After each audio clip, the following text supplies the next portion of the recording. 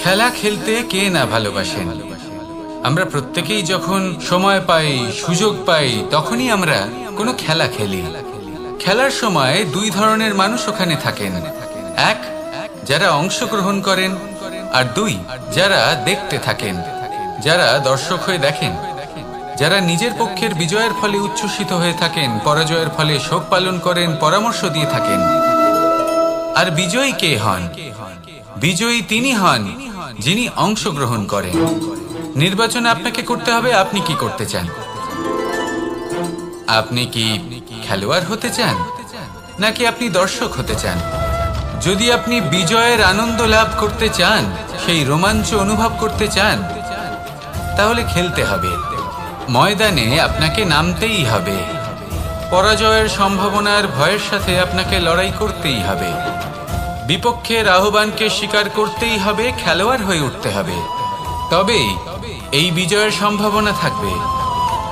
আসলে কি, দর্শক হয়ে পরামর্শ দেওয়া অত্যন্ত সহজ। ময়দানে নেমে অংশগ্রহণ করা অত্যন্ত কঠিন। আর এখানে যেটা সহজ, তা আপনাকে বিজয়ের পথে কখনোই নিয়ে যাবে না। আসুন আমার সাথে ভালোবেসে বলুন, রাধা রাধা। এই সংসারে এমন কখনোই হবে না যে আপনি কিছু একটা করলেন কিন্তু তার মূল্য আপনাকে দিতেই হলো না। যে কোনো কাজের জন্য, যে কোনো কর্মের জন্য আপনাকে মূল্য দিতেই হবে। প্রকৃতিও আমাদের এটাই শেখায়। আকাশে দেখুন সূর্যকে, প্রত্যেকদিন আমাদের প্রকাশ প্রদান করেন। এনাকে সূর্য নারায়ণ বলা হয়। ইনি কি মূল্য প্রদান করেন? নিজে জ্বলতে থাকেন। ধরিত্রী মাতা, এই ভূমি, ইনি কি মূল্য প্রদান করেন? প্রহার সহ্য করেন।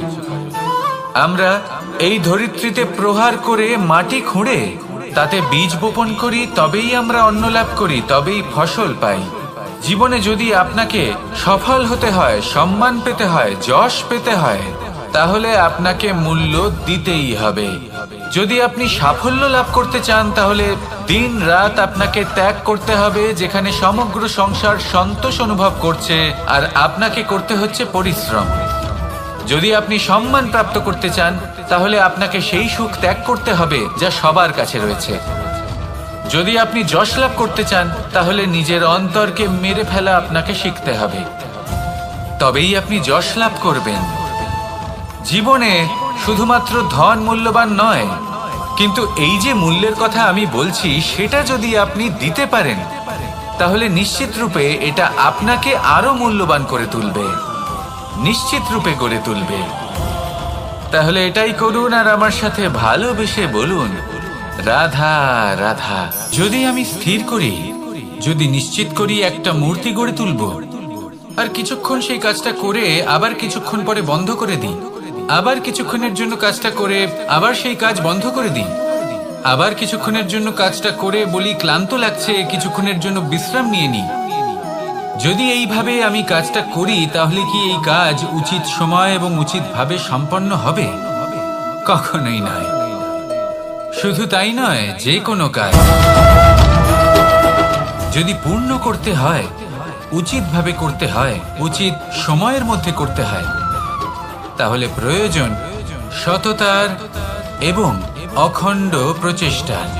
সততা ছাড়া আপনি যে কাজই করুন না কেন, উচিত সময় তা সম্পূর্ণ হবে না, আর মনোবাঞ্ছিত ফল আপনি কখনোই পাবেন না। তাই যে কাজই আরম্ভ করুন না কেন, সততার সাথে এবং অখণ্ড প্রচেষ্টার সাথে করুন। তখনই কর্ম এবং তখনই এই জীবন সফল হবে, এবং এই মন প্রসন্ন হয়ে বলবে, রাধা রাধা। আমরা আনন্দ লাভের জন্য ভালোবাসি মা বাবাকে, ভাই বোনকে, পরিবার পরিজনকে, বন্ধুকে, প্রেমিকাকে। আমরা চাই যে সকলে যেন আপন হয়ে থাকেন, আমাদের কাছে থাকেন। কিন্তু মানুষের একটা প্রবৃত্তি আছে যে তিনি যা লাভ করে ফেলেন তার মূল্য তিনি বুঝতেই পারেন না। যদি আপনার বাড়ির কাছে একটা মিষ্টি জলের সরোবর থাকে বা সুন্দর নদী থাকে, তাহলে জলের গুরুত্বটা কি আপনি তা বুঝতেই পারবেন না। সেইখানে আপনি যদি কোনো একটা মরুভূমিতে যান, আপনি অনুভব করতে পারবেন যে এক একটা ফোঁটা জলের কি গুরুত্ব, তার মূল্য কি। সুখের মুহূর্তে যদি আপনজনদের মনে রাখেন, তবে দুঃখের মুহূর্ত নিজে থেকেই দূরে সরে যাবে। ভালোবাসা এবং তার সাথে স্মরণ করা, এটাই তো হলো জীবনের এবং ভালোবাসার আসল মূল্য। আসুন আর আমার সাথে ভালোবেসে বলুন, রাধা রাধা।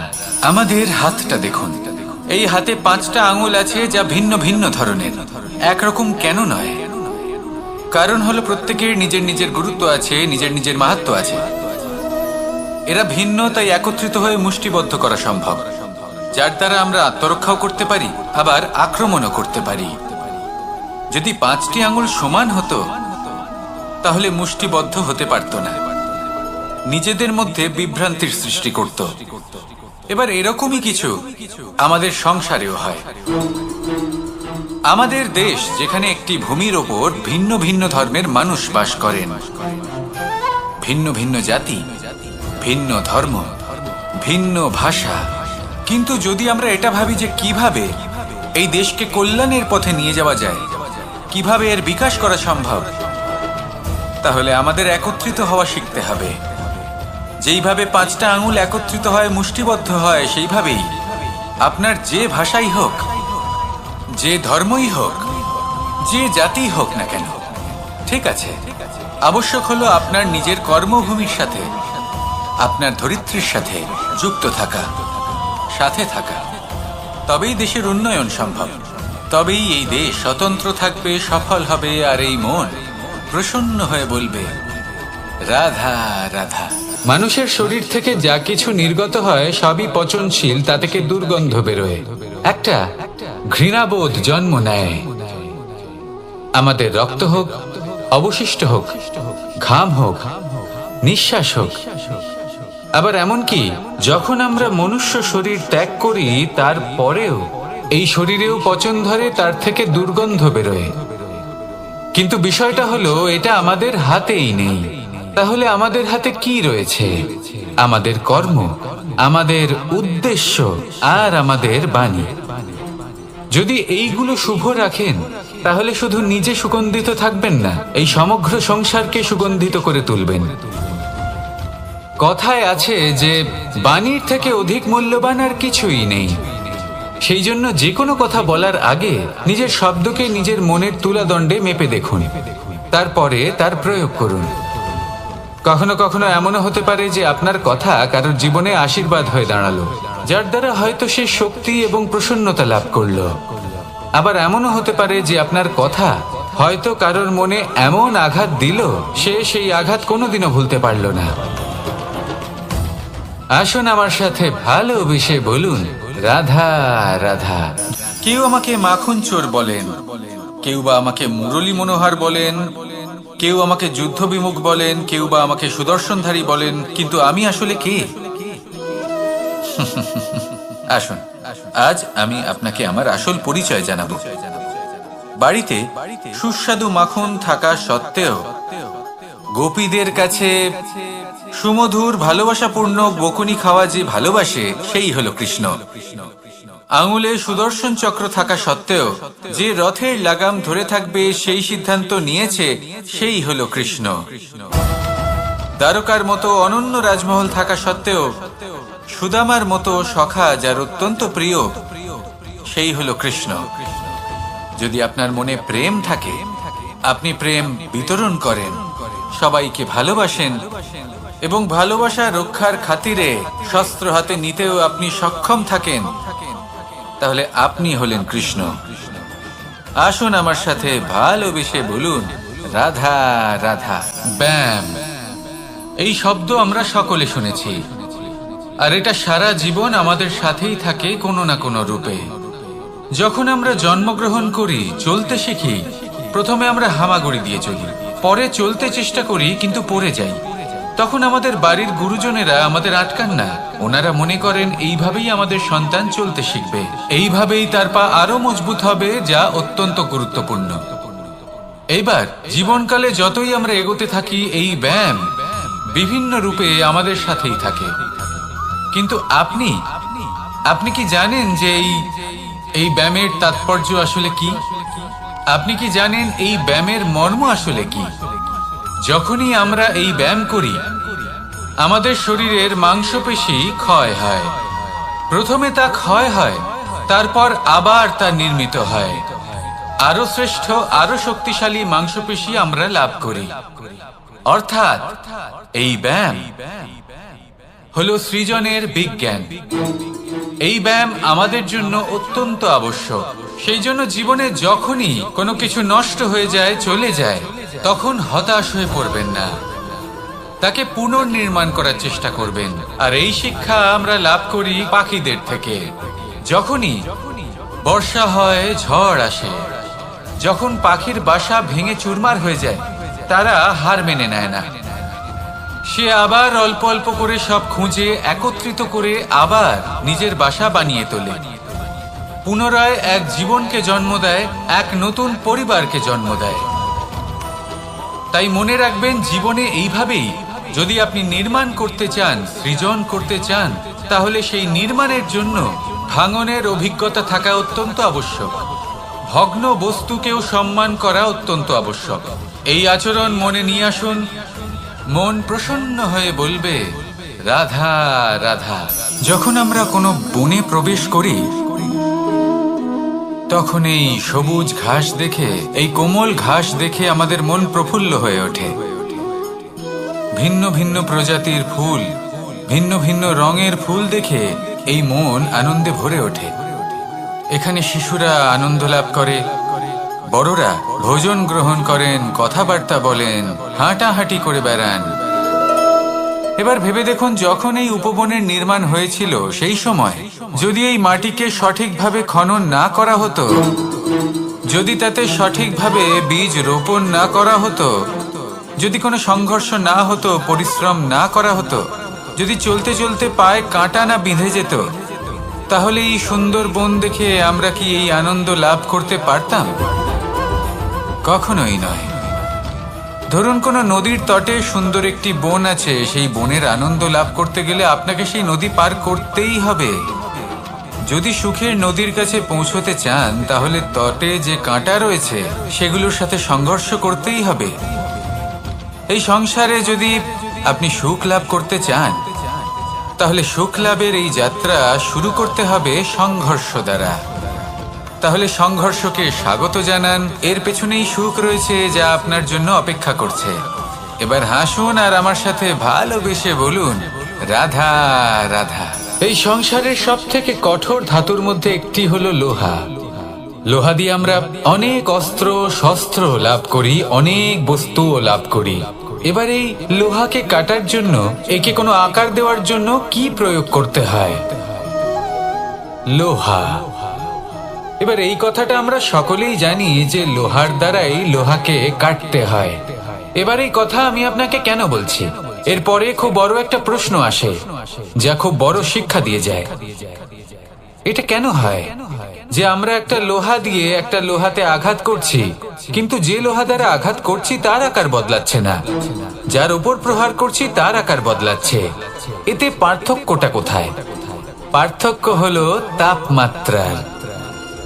দেখুন, যে লোহাকে আমরা কাটতে চাই তার তাপমাত্রা বাড়াতে হয়, তাকে গরম করতে হয়। আর যে লোহা দ্বারা আমরা আঘাত করতে চলেছি, সেই লোহা আমাদের ঠান্ডা রাখতে হয়। অর্থাৎ ঠান্ডা লোহা গরম লোহাকে কেটে দেয়। এবার এই শিক্ষা কি আমাদের জীবনে যথেষ্ট নয়? আমাদের জীবনে অনেক সমস্যা আসতে পারে, কিন্তু আমাদের এই বিষয়ে বিশেষ খেয়াল রাখতে হবে যে আমাদের মনকে আমরা যেন ঠান্ডা রাখি, এই মস্তিষ্ককে শান্ত রাখতে হবে। যদি আমরা ক্রোধ বা ঈর্ষার আগুনে জ্বলতে থাকি, বিদ্বেষের আগুনে জ্বলতে থাকি, তাহলে আমরাও সেই লোহার মতোই হয়ে যাব যার তাপমাত্রা অত্যন্ত বেশি। তখন যে কেউ এসে আমাদের বিচ্ছিন্ন করে চলে যাবে। মনে রাখবেন, যিনি যত বেশি স্থির বুদ্ধির অধিকারী, যিনি হলেন সব থেকে বেশি শান্ত, তিনি হলেন সব থেকে বেশি বলশালী। তাহলে শান্ত থাকুন আর আমার সাথে ভালোবেসে বলুন রাধা রাধা। বড়ই অদ্ভুত ব্যাপার। একটি পাথরের প্রতিমা যখন মন্দিরে স্থাপিত হয়, তখন তা আমাদের কাছে ভগবান সম হয়ে দাঁড়ায়। কিন্তু যখন একজন জীবিত মানুষ মন্দিরে গিয়ে থাকেন, তখন তার শরীর, মন, আত্মা সেই সব পাথর সম হয়ে দাঁড়ায়। কিন্তু এমনটা আমি ঠিক কেন বললাম ভেবে দেখুন। মানুষ এটা চান যে কোনো পরিস্থিতি, যে কোনো স্থানেই তার বিজয় হোক, কিন্তু এখানে এসে সে পরাজিত হয়। এরকম ঠিক কেন হয়? সমস্ত খেলা হলো ভাবনা চিন্তার, বিচারধারার, দৃষ্টিভঙ্গির, উত্তরদায়িত্বের খেলা। পাষাণের এই প্রতিমা, তার একটি উত্তরদায়িত্ব আছে, আশা ধরে রাখার দায়িত্ব। সেই আশা জানিয়ে মানুষ মন্দিরে আসেন। তেমনি মানুষের একটি উত্তরদায়িত্ব আছে যেটা সে ভুলে যায়।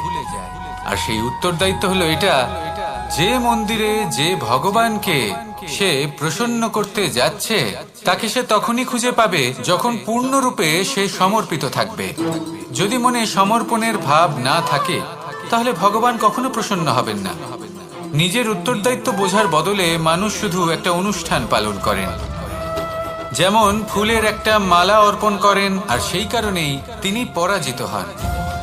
আপনি ফুলের মালা অর্পণ করুন, প্রসাদ অর্পণ করুন, কিন্তু মনের মধ্যে পূর্ণ সমর্পণের ভাব থাকা প্রয়োজনীয়। তবেই আপনি মন্দিরে গিয়েও প্রাণবন্ত হয়ে থাকতে পারবেন, তবেই ঈশ্বরকে প্রসন্ন করতে পারবেন। আসুন আমার সাথে ভালোবেসে বলুন, রাধা রাধা। সময় এবং ধন, একটা যা প্রকৃতি আমাদের দান করেন, আর একটা যা আমরা নিজেরা অর্জন করি। কিন্তু যখন হারিয়ে ফেলার প্রসঙ্গ আসে তখন আমরা এই দুই একসাথে হারিয়ে ফেলি।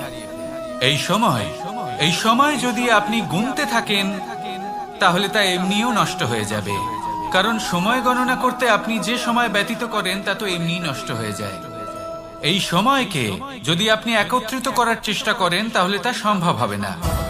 সময়ের বিষয়ে শুধু একটাই কথা বলবো, আপনি যদি একে ব্যবহার করেন তাহলেই জীবনে বৃদ্ধি হবে। ধনের সাথেও এটাই হয়। কথায় আছে যে এই ধনের দ্বারাই ধন অর্জন করা সম্ভব। যদি আপনি এই ধনের যত্ন নেন এবং একে সামলে রাখেন তাহলে ধন আপনাকে সামলে রাখবে। এবার সময় আমরা প্রচুর পরিমাণে পাই, কিন্তু তার অর্থ এটা নয় যে আমরা তা নষ্ট করি। বাস্তব অর্থে সময় তা অত্যন্ত মূল্যবান। এর সদ্ব্যবহার করা যদি আপনি শিখে যান তবে এই সময়ও আপনাকে অবশ্যই অতি মূল্যবান করে তুলবে। আসুন আর আমার সাথে ভালোবেসে বলুন, রাধা রাধা। জীবনে যখন কোনো ব্যক্তি নিজের লক্ষ্য প্রাপ্তির জন্য নিরন্তর পরিশ্রম করতে থাকেন, চেষ্টা করতে থাকেন, তখন তিনি কষ্ট অনুভব করেন। কখনো শারীরিক কষ্ট, কখনো মানসিক কষ্ট। এবার উনি এটা ভাবতে থাকেন যে আমি কি উচিত করছি নাকি অনুচিত করছি। কারণ অন্যদিকে এমন একজন ব্যক্তিও আছেন যিনি একদমই পরিশ্রম চেষ্টা করছেন না। তিনি মদিরা পান করেন, বিলাসিতায় জীবন কাটান, অলস প্রকৃতির হয়ে ওঠেন, নিদ্রাতে বিলীন হয়ে থাকেন আর ভাবেন যে তিনি সুখ লাভ করছেন। কিন্তু এরকম কেন হয়? কারণ যখন আমরা সৎ পথে থাকি, উচিত পথে চলি, লক্ষ্য প্রাপ্ত করার জন্য চেষ্টা করতে থাকি, তখন আমাদের ভেতরে থাকা নেতিবাচক শক্তি এবং পাপ, এখানে যদি আমরা কুপথে চলি, অনুচিত পথে চলতে থাকি, তাহলে আমাদের ভেতরে থাকা পুণ্য এবং ধনাত্মক শক্তি আমাদের দেহ ত্যাগ করে দেয়। আর এই অনুভূতির কারণেই আমরা সুখ অনুভব করি। কিন্তু কখনো ভাববেন যে এই সুখ বেশি সময় পর্যন্ত থাকে না। সেই জন্য সবসময় মনে রাখবেন, যদি আপনি জানেন যে এটাই আপনার লক্ষ্য, এটাই উচিত পথ, শুভ পথ, তাতে নিরন্তরভাবে এগিয়ে যেতে চেষ্টা করতে থাকুন। এই কষ্ট আপনাকে সুখের পরাকাষ্ঠায় কখন পৌঁছে দেবে তা আপনি জানতেই পারবেন না। আসুন আমার সাথে ভালোবেসে বলুন, রাধা রাধা। প্রত্যেক মানুষ নিজের জীবনে হীরক তথা হিরে এবং দর্পণ এই দুই দেখেছেন। এই দুই হলো সাদা এবং এরা দুজনেই আলোর প্রতিফলন ঘটায় এবং এরা দুজনেই উজ্জ্বল হয়ে ওঠে। আপনি হয়তো মনে মনে ভাবছেন যে এটা কি ধরনের তুলনা করছি। একটা হিরে তো রত্ন, তার মূল্য দর্পণের থেকে অনেক গুণ বেশি। কিন্তু হিরে থাকাতে দর্পণের মূল্য কিন্তু কোনো অংশে কমে যায় না, তাই না? মানুষ যখন হিরে নিজের হাতে নেয় তখন সবার আগে কি খোঁজে? দর্পণ, যাতে তার মধ্যে দিয়ে দেখে সে বুঝতে পারে যে সেই হিরে আদৌ তার শোভাবর্ধন করছে কিনা, তাকে ভালো দেখাচ্ছে কিনা, প্রসাধনের জন্য সেটা ব্যবহার করা ঠিক হবে কিনা। অর্থাৎ হীরের উপস্থিতিতে দর্পণের গুরুত্ব কম হলো না, দর্পণের কারণে হীরের মূল্য বোঝা গেল। আমাদের জীবনেও ঠিক এরকমই ঘটে। আপনারা যদি সংসারে নিজের আশেপাশে দেখেন, এমন অনেক মানুষ দেখতে পাবেন যারা নিজেদের ক্ষেত্রে মহান স্থানে পৌঁছেছেন, নিপুণ এবং শ্রেষ্ঠকে ছোট মনে করবেন না। আসুন আর আমার সাথে ভালোবেসে বলুন, রাধা রাধা।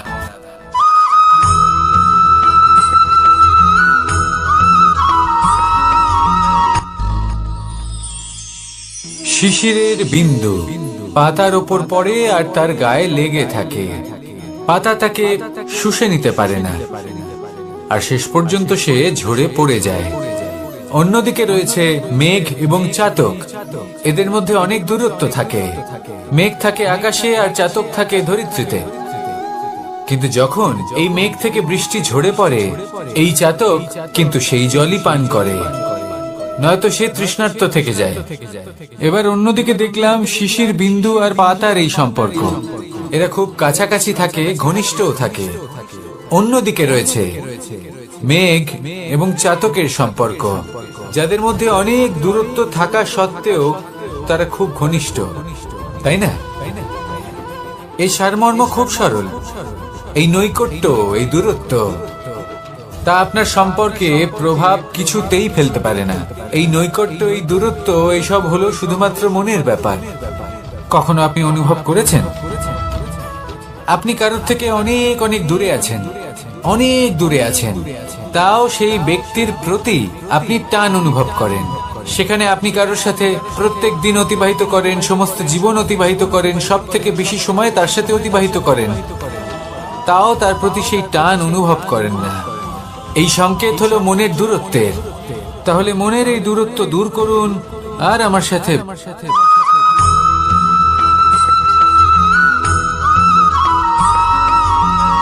এই সংসারে কোনো বস্তু হোক বা ব্যক্তি হোক, তার একার গুরুত্ব কিন্তু খুব বেশি নয়। একটা উদাহরণ হিসেবে বৃষ্টির ফোঁটাকে ভেবে দেখুন। যদি একটি বৃষ্টির ফোঁটা হয় তাহলে তার খুব বেশি গুরুত্ব থাকে না, কিন্তু যখন সহস্র বৃষ্টির ফোঁটা মেঘের মধ্যে দিয়ে ঝরে পড়ে, তখন সেটা বর্ষার রূপ ধারণ করে। সেই বর্ষা যা এই প্রকৃতিকে শান্ত করে। সেইভাবেই পাথরের ছোট টুকরো, তার খুব বেশি গুরুত্ব থাকে না, কিন্তু যখন অসংখ্য পাথরের টুকরো একত্রিত হয় তখন তা পর্বতের আকার ধারণ করে। সেইভাবেই কিছু মানুষ যখন একত্রিত হন তখন তৈরি হয় পরিবার। কিছু পরিবার যখন একত্রিত হয় তখন তৈরি হয় সমাজ। যখন অনেক সংখ্যক সমাজ একত্রিত হয় তখন তৈরি হয় রাজ্য। এবার এই রাজ্যের সব থেকে গুরুত্বপূর্ণ ব্যক্তি হতে পারেন রাজা, কিন্তু তাও সেই রাজা একা কিছু করতে পারেন না। যুদ্ধ লড়ার সময় তারও নিজের সৈন্যদলকে প্রয়োজন পড়ে। কিন্তু এই সংসারে এমন একজন ব্যক্তি আছেন যিনি একাই সব কাজ করতে থাকেন, এবং সেই ব্যক্তি হলেন মা। আমাদের জীবনে একজন পিতার ভূমিকা কিন্তু নিঃসন্দেহে অমূল্য, কিন্তু আমাদের সকলের জীবনে যে ভূমিকা একজন মায়ের তা অন্য কারোর থাকে না। একজন মা একাই সন্তানকে বড় করতে পারেন, সংস্কারী করে তুলতে পারেন, তার জন্য পরিশ্রম করেন। আর এত কিছু কাজ করার পরেও তার কাজের জন্য তিনি প্রশংসা অবশ্য পান না। উল্টে যদি সেই সন্তান অনুচিত পথে চালিত হয়, অনুচিত কর্ম করে, তখন সেই মাকেই অপবাদের পাত্র হয়ে উঠতে হয়। আমাদের জীবনে মায়ের যোগদান কতটা সেটা বুঝুন। আপনাকে বড় করে তোলার জন্য উনি কতটা পরিশ্রম করেছেন সেটা বুঝুন। আজ থেকে, এখন থেকে, এই মুহূর্ত থেকে মাকে সম্মান করতে শিখুন। যখন সময় পাবেন, যখন সুযোগ হবে, তখন তার প্রশংসা করুন, ওনারও ভালো লাগবে। আর মায়ের এই মমতার জন্য, তার এই ভূমিকার জন্য আসুন সবাই মিলে আমরা তাকে প্রণাম করি, আর সকলে মিলে ভালোবেসে বলি রাধা রাধা।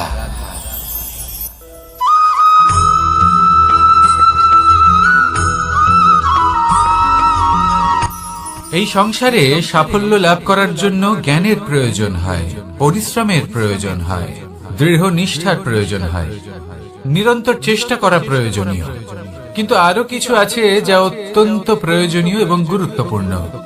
তা হলো ভালো বন্ধু। তাদের থাকা অত্যন্ত প্রয়োজনীয়। যদি ভালো বন্ধু থাকে তাহলে সময় এলে তারা ঢাল হয়ে আপনাকে সুরক্ষা করবেন। সময় এলে অস্ত্রের মতো শত্রুকে সংহারও করবেন। যদি তিনি জ্ঞানী হন, তাদের মধ্যে সদ্গুণ থাকে, তাহলে এই সব গুণ আপনার মধ্যেও প্রবেশ করবে। তাহলে সাফল্যের জন্য ভালো বন্ধু পাওয়া অত্যন্ত প্রয়োজনীয়। কিন্তু শুধু বন্ধু কেন, ভালো শত্রুও থাকা প্রয়োজনীয়। এবার আপনি ভাববেন, আমি কি বললাম? যদি আপনার জীবনেও ভালো অর্থাৎ শক্তিশালী শত্রু থাকে, তাহলে আপনিও শক্তিশালী হতে থাকবেন। এই শত্রু আপনাকে প্রেরিত করবে আরো বেশি শক্তিশালী হয়ে ওঠার। কখনো কোনো হরিণকে দেখুন, তীব্র গতিতে দৌড়তে থাকে। কেন তীব্র গতিতে দৌড়য়? এই কারণে নয় যে কোথাও তার জন্য মধুর ঘাস অপেক্ষা করে রয়েছে, না। সে এই কারণে তীব্র গতিতে দৌড়য় কারণ সেটা না করলে তার পেছনে একটি সিংহ আছে যে ওকে নিজের ভোজন করে ফেলবে। তাই জীবনে বিপদ, সংকট, এই সবকিছুও হলো অত্যন্ত গুরুত্বপূর্ণ। তার সম্মুখীন হতে শিখুন আর আমার সাথে ভালোবেসে বলুন, রাধা রাধা।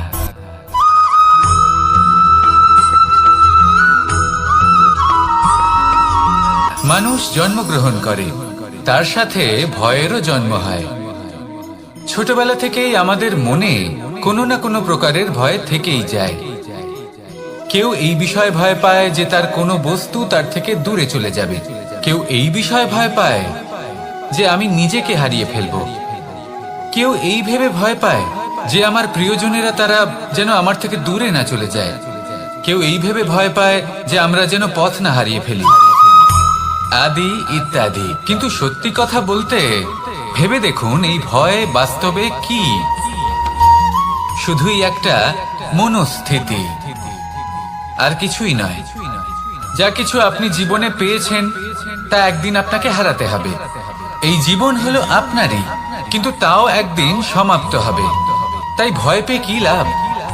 এই ভয় শুধু আপনাকে জীবন যাপন করা থেকে বাধা দিচ্ছে, আর কিচ্ছু নয়। পথ হারিয়ে ফেললেই বুঝতে পারবেন যে নতুন পথ কিভাবে বানাতে হয়। কিছু মানুষকে জীবন থেকে হারালে তবেই আপনি বুঝবেন যে আপনার আপনজনকে। এই ভয়ের কারণে ভীত হয়ে থাকবেন না। এই তারা নক্ষত্র অন্ধকারের অভাবে গুরুত্ব হারায়। শিবকেও মহাদেব হওয়ার জন্য বিষপান করতে হয়েছিল। প্রত্যেক পরিস্থিতি, প্রত্যেক সাফল্য আপনার পরীক্ষা নেবে। তাতে উত্তীর্ণ হওয়া হলো আপনার কর্ম।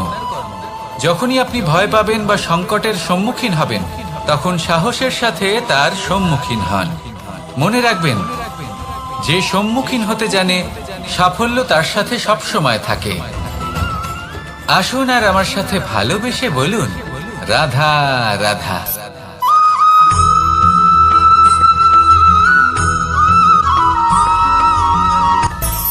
মানুষের মধ্যে একটা বিচিত্র প্রবৃত্তি থাকে। অন্য সকলের বিষয়ে, তাদের জীবনের বিষয়ে, তাদের ব্যক্তিত্বের বিষয়ে, তাদের ভবিষ্যতের বিষয়ে অনুমান করা। এটা হলো অনুচিত। কারোর অতীতকালকে দেখে লোকে ভবিষ্যৎ বলে দিতে পারেন। বর্তমানকে দেখে ভবিষ্যতের বিষয়ে অনুমান করে ফেলেন।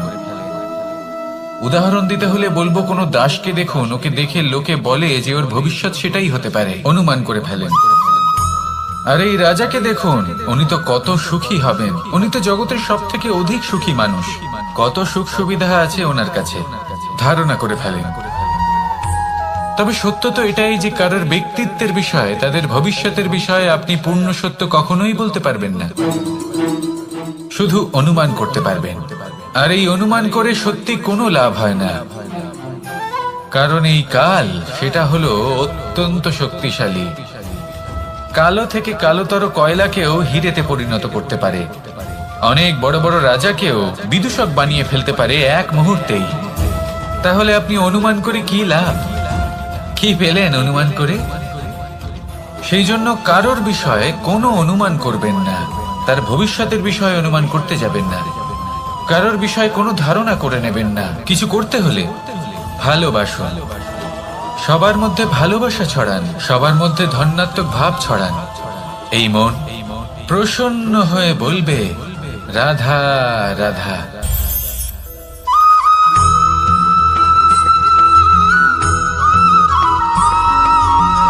এই সংসারে সব থেকে বেশি কোমল বস্তু হলো রেশম। এই রেশম এতটাই কোমল হয় যে এর পুরো একটা থান শুধুমাত্র একটা হাতে ধরা সম্ভব। কখনো ভেবে দেখেছেন এই রেশম কিভাবে হয়? একটি কীট তার লালার দ্বারা উৎপন্ন হয়। এই কীট সেই রেশমকে পাক দিতে থাকে, পাক দিতেই থাকে আর আস্তে আস্তে তার মধ্যেই জড়িয়ে পড়ে। শেষে ওর এই সুন্দর অমূল্য সৃষ্টি রেশমের এই সুতো তার নির্মাণ কার্য পূর্ণ হয়, কিন্তু তাতেই ও নিজে বন্দী হয়ে যায়। নিজেরই মায়াজালের এই বন্দী গৃহে নিজেই ফেঁসে যায়। এবার এই সুতোকে ব্যবহারযোগ্য করে তোলার জন্য এই কীটগুলিকে এই কবচের সাথেই ফুটন্ত জলে ফেলে দেওয়া হয়। এই সংসারে যদি আমাদের স্বপ্ন এই সংসারের দুঃখ হরণ করার জন্য, এই সংসারে সুখ বিতরণ করার জন্য হয়, তবেই আমাদের প্রগতি সম্ভব। যদি আমাদের এই স্বপ্ন শুধুই আমাদের এবং আমাদের স্বার্থ সিদ্ধির জন্য হয়, তাহলে এই স্বপ্ন আমাদের অন্ধ করে দেবে, আমাদের অন্ধকারের পথে নিয়ে যাবে, আর আমরাও সেই কীটের মতো হয়ে যাব। নিজেদেরই মায়াজালে আমরা নিজেই ফেঁসে যাব, আর শেষে আমরা যদি কিছু লাভ করি তা হবে একাকিত্ব, অন্ধকারময় মৃত্যু। তাই স্বপ্ন অবশ্যই দেখুন, কিন্তু এমন ভাবে স্বপ্ন দেখবেন না যে তার এই বন্দিগৃহে আপনি নিজেই ফেঁসে গেলেন। স্বপ্ন দেখুন পরোপকারে।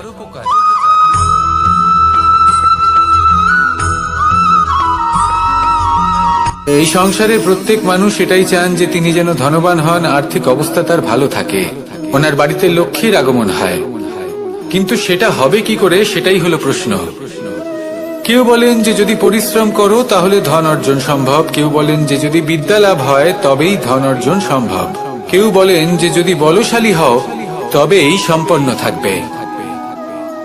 ভালো কথা, যদি তাই হয়ে থাকে তবে দিনমজুর সারা দিন পরিশ্রম করেন, তিনি কেন ধনী হন না? অনেকজন বিদ্বান মানুষ আছেন এই সংসারে, তারা কেন ধনবান হন না? অনেক সংখ্যক বলশালী ব্যক্তি আছেন, তাদের কাছে ধন নেই কেন? তাদের কেন ধনের অভাব হয়? আবার এমনও কিছু মানুষ আছেন যারা পরিশ্রম করেন, তারা দিনমজুর, কিন্তু তারা ধন অর্জন করতে পারেন। কিছু বিদ্বান ব্যক্তি আছেন যাদের কাছে অধিক মাত্রায় ধন রয়েছে, কয়েকজন বলশালী ব্যক্তি রয়েছেন যাদের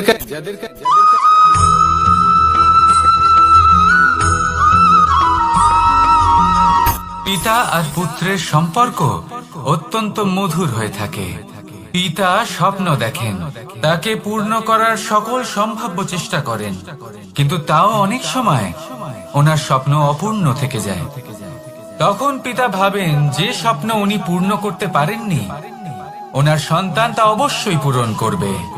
যে স্থানে উনি কখনো পৌঁছতে পারেননি, সেই স্থানে ওনার পুত্র অবশ্যই পৌঁছবে। পিতা নিজের সন্তানের ভবিষ্যৎ নিয়ে সেই স্বপ্ন দেখেন, আর যখন সেই সন্তান সামনে এগোতে থাকে তখন তার দুঃখ হয় না, বরং গর্ব হয়। ওনার ভালো লাগে এটা দেখে যে ওনার সন্তান অনেক উন্নতি করছে। কিন্তু যখন সন্তান নিজের অভিভাবকের শক্তি দেখে, তার যশ দেখে হিংসা করতে থাকে, সমস্যা সেইখানেই শুরু হয়। সেই জন্য সকল সন্তানকে এটা মনে রাখতে হবে, দেখুন, পুত্র হবার সুবাদে, এক সন্তান হবার সুবাদে এটা হলো আপনার অধিকার যে আপনি আপনার পিতার থেকে বেশি উন্নতি করবেন। আপনার পিতাও এটাই চান, কিন্তু সুস্থভাবে এটা করুন। একটা রেখা টেনে নিন যাতে আপনি তাতে এগোতে পারেন আর আপনার পিতার তাতে গর্ববোধ হয়, আর সেই বিষয়ে দুঃখ না হয় যে আমার সন্তান আমাকেই ছোট করার চেষ্টা করছে। ইতিহাস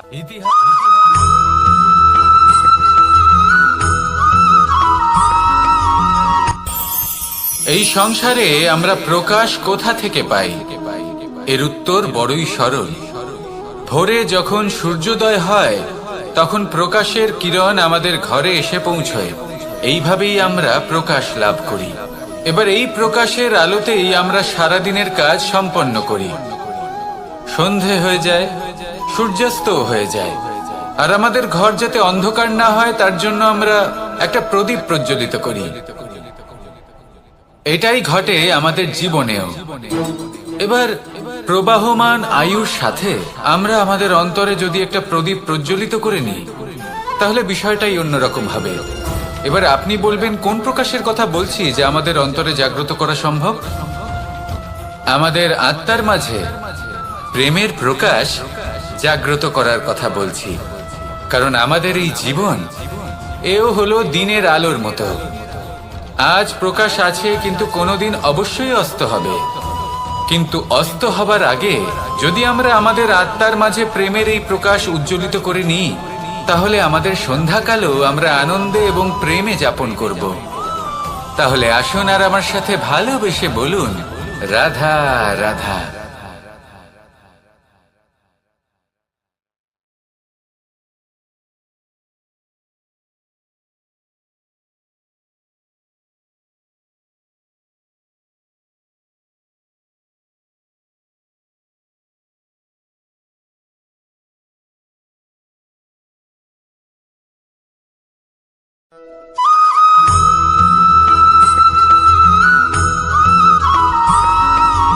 আমাদের শরীর প্রকৃতির সর্বশ্রেষ্ঠ রচনা।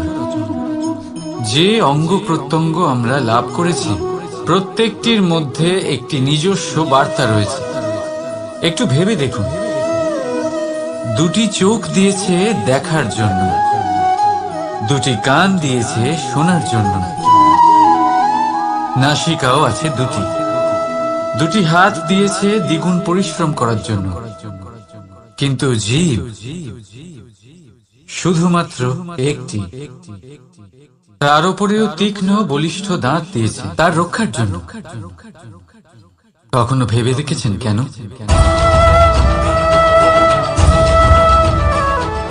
কারণ শব্দ আর শব্দের প্রয়োগ মানুষের সবচেয়ে বড় অস্ত্র, যার প্রয়োগ যত ভেবেচিন্তে করা যায় মানুষ তার জীবনে ততটাই উপরে উঠতে পারে।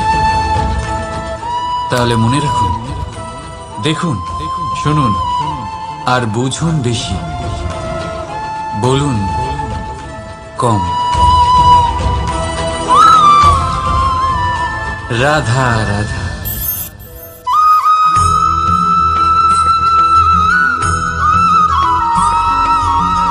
যখন আমরা কোনো বনে প্রবেশ করি তখন এই সবুজ ঘাস দেখে, এই কোমল ঘাস দেখে আমাদের মন প্রফুল্ল হয়ে ওঠে। ভিন্ন ভিন্ন প্রজাতির ফুল, ভিন্ন ভিন্ন রঙের ফুল দেখে এই মন আনন্দে ভরে ওঠে। এখানে শিশুরা আনন্দ লাভ করে, বড়রা ভোজন গ্রহণ করেন, কথাবার্তা বলেন, হাঁটাহাঁটি করে বেড়ান। এবার ভেবে দেখুন, যখন এই উপবনের নির্মাণ হয়েছিল সেই সময় যদি এই মাটিকে সঠিকভাবে খনন না করা হতো, যদি তাতে সঠিকভাবে বীজ রোপণ না করা হতো, যদি কোনো সংঘর্ষ না হতো, পরিশ্রম না করা হতো, যদি চলতে চলতে পায়ে কাঁটা না বিঁধে যেত, তাহলে এই সুন্দর বন দেখে আমরা কি এই আনন্দ লাভ করতে পারতাম? কখনোই নয়।